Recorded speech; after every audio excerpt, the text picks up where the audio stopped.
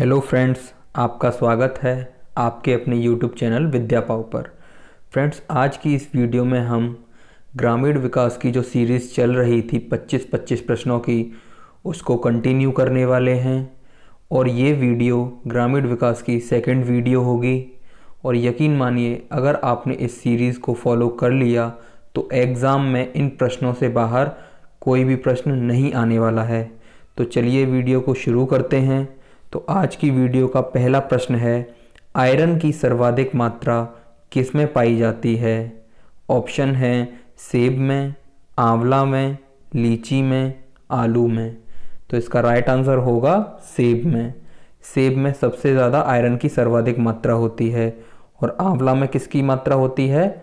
Vitamin C की। ठीक है, आगे बढ़ते हैं। अगला प्रश्न है, कृषि कार्य में लगे ट्रैक्टर की आवाज़ किस स्तर से अधिक नहीं होनी चाहिए?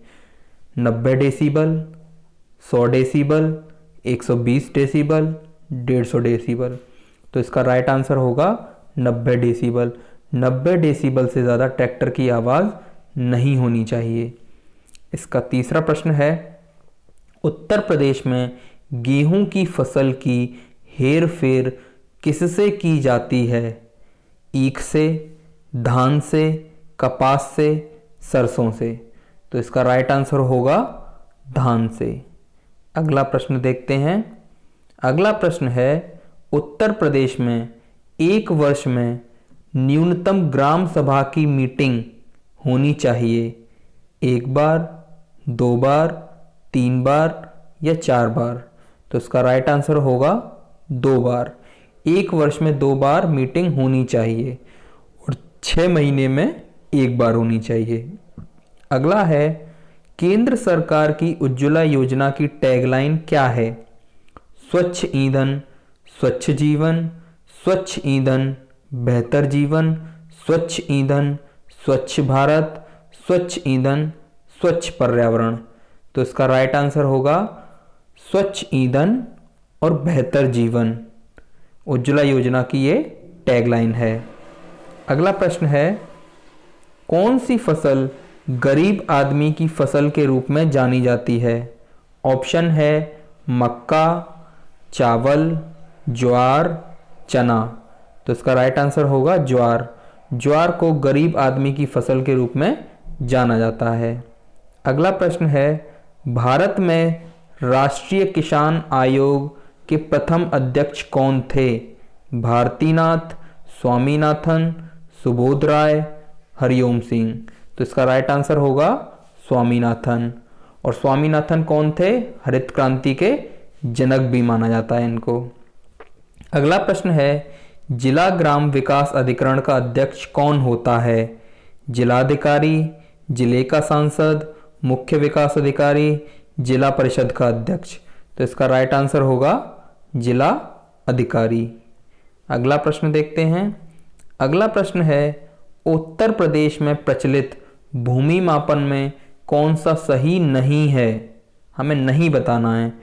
तो पहला ऑप्शन है 20 बिस्वा 1 बीघा के बराबर होता है, 20 विस्वांसी 10 बिस्वा के बराबर होता है, 20 कचवांसी 1 विस्वांसी के बराबर होता है, या 1 बीघा 55 बाई 55 वर्ग गज के बराबर होता है।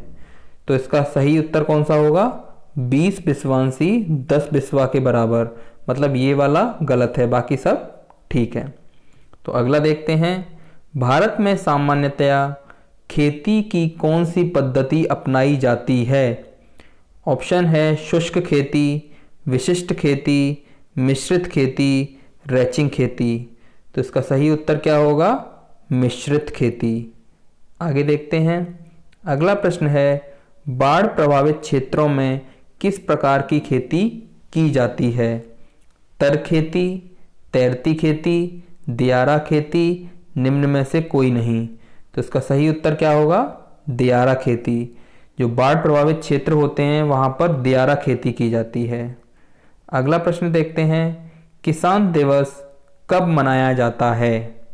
19 नवंबर, 23 दिसंबर, 30 अक्टूबर, 23 नवंबर। तो इसका सही उत्तर क्या होगा? 23 दिसंबर। आगे देखते हैं। अगला प्रश्न है, स्कूल के बच्चों के लिए मध्याह्न भोजन योजना प्रारंभ की गई थी 1995 में, 1997 में, 2000 में, 2002 में। तो इसका सही उत्तर होगा 1995 में। 1995 में मध्याह्न भोजन की योजना प्रारंभ हुई थी। आगे देखते हैं। अगला प्रश्न है, गाय की कौन सी नस्ल सबसे अधिक दूध देती है? गंगातीरी, साहिवाल, मालाबारी, हरियाणवी। तो इसका सही उत्तर होगा साहिवाल। साहिवाल सबसे ज़्यादा दूध देती है। अगला है, केंद्रीय आलू अनुसंधान संस्थान कहाँ स्थित है? कुफरी, धर्मशाला, चेन्नई या कन्नौर। तो इसका राइट आंसर होगा कुफरी। कुफरी में आलू संस्थान जो है वो वहाँ पर कुफरी में है। और कुफरी कहाँ पड़ता है? शिमला के पास। और शिमला कहाँ पर है? हिमाचल प्रदेश में। अगला प्रश्न देखते हैं। अगला प्रश्न है, नेशनल शुगर इंस्टीट्यूट कहाँ स्थित है? लखनऊ, कानपुर, कोयम्बटूर, विशाखापट्टनम। तो इसका सही उत्तर होगा कानपुर। कानपुर में नेशनल शुगर इंस्टीट्यूट स्थित है। अगला है, निम्नलिखित में से कौन पीली क्रांति या पीत क्रांति से संबंधित है? दुग्ध उत्पादन, मत्स्य उत्पादन, अनाज उत्पादन, तिलहन उत्पादन। तो इसका राइट आंसर होगा तिलहन उत्पादन। आगे देखते हैं। अगला है, सीमांत कृषक किसे कहा जाता है? जिसके पास 1 हेक्टेयर से भूमि ज़्यादा हो, जिसके पास 2 हेक्टेयर से भूमि ज़्यादा हो, जिसके पास 1 हेक्टेयर से भूमि कम हो, या जिसके पास 3 हेक्टेयर से भूमि ज़्यादा हो। तो इसका राइट आंसर होगा जिसके पास 1 हेक्टेयर से भूमि कम हो। आगे देखते हैं। एक कृषि खेत के मापन की सर्वोत्तम अवधि क्या है? जरीब द्वारा, कंपास द्वारा, प्लेन टेबल द्वारा, उपरोक्त में से कोई नहीं। तो इसका राइट आंसर होगा जरीब द्वारा। अगला है, ग्राम पंचायतों में ग्राम के वार्डों से चुने हुए कितने सदस्य होते हैं? 5 से 10, 6 से 20, 7 से 17, 8 से 20। तो इसका राइट आंसर होगा 7 से 17। जो ग्राम पंचायत होती हैं उनमें जो वार्ड जो चुने जाते हैं उनके कितने सदस्य होते हैं? 7 से 17। ये वेरी करते रहते हैं। भूमापन में जरीब लाइन के आरंभ तथा समाप्त होने के स्थान क्या कहलाते हैं? स्टॉप, बिंदु, टारगेट, मुकाम। तो इसका सही उत्तर होगा मुकाम। अगला देखते हैं।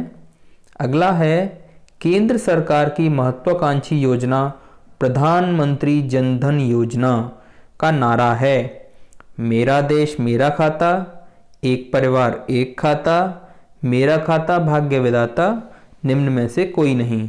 तो इसका सही उत्तर होगा मेरा खाता भाग्य विधाता।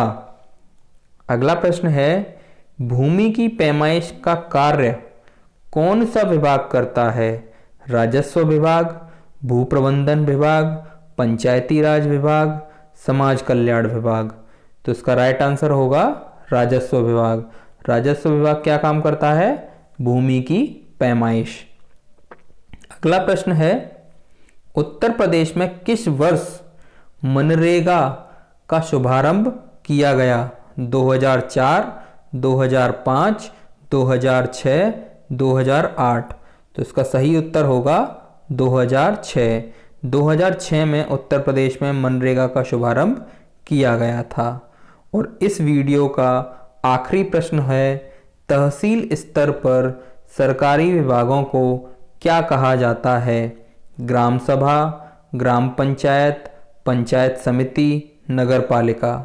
तो इसका राइट आंसर होगा पंचायत समिति। तो फ्रेंड्स, ये था आखिरी प्रश्न।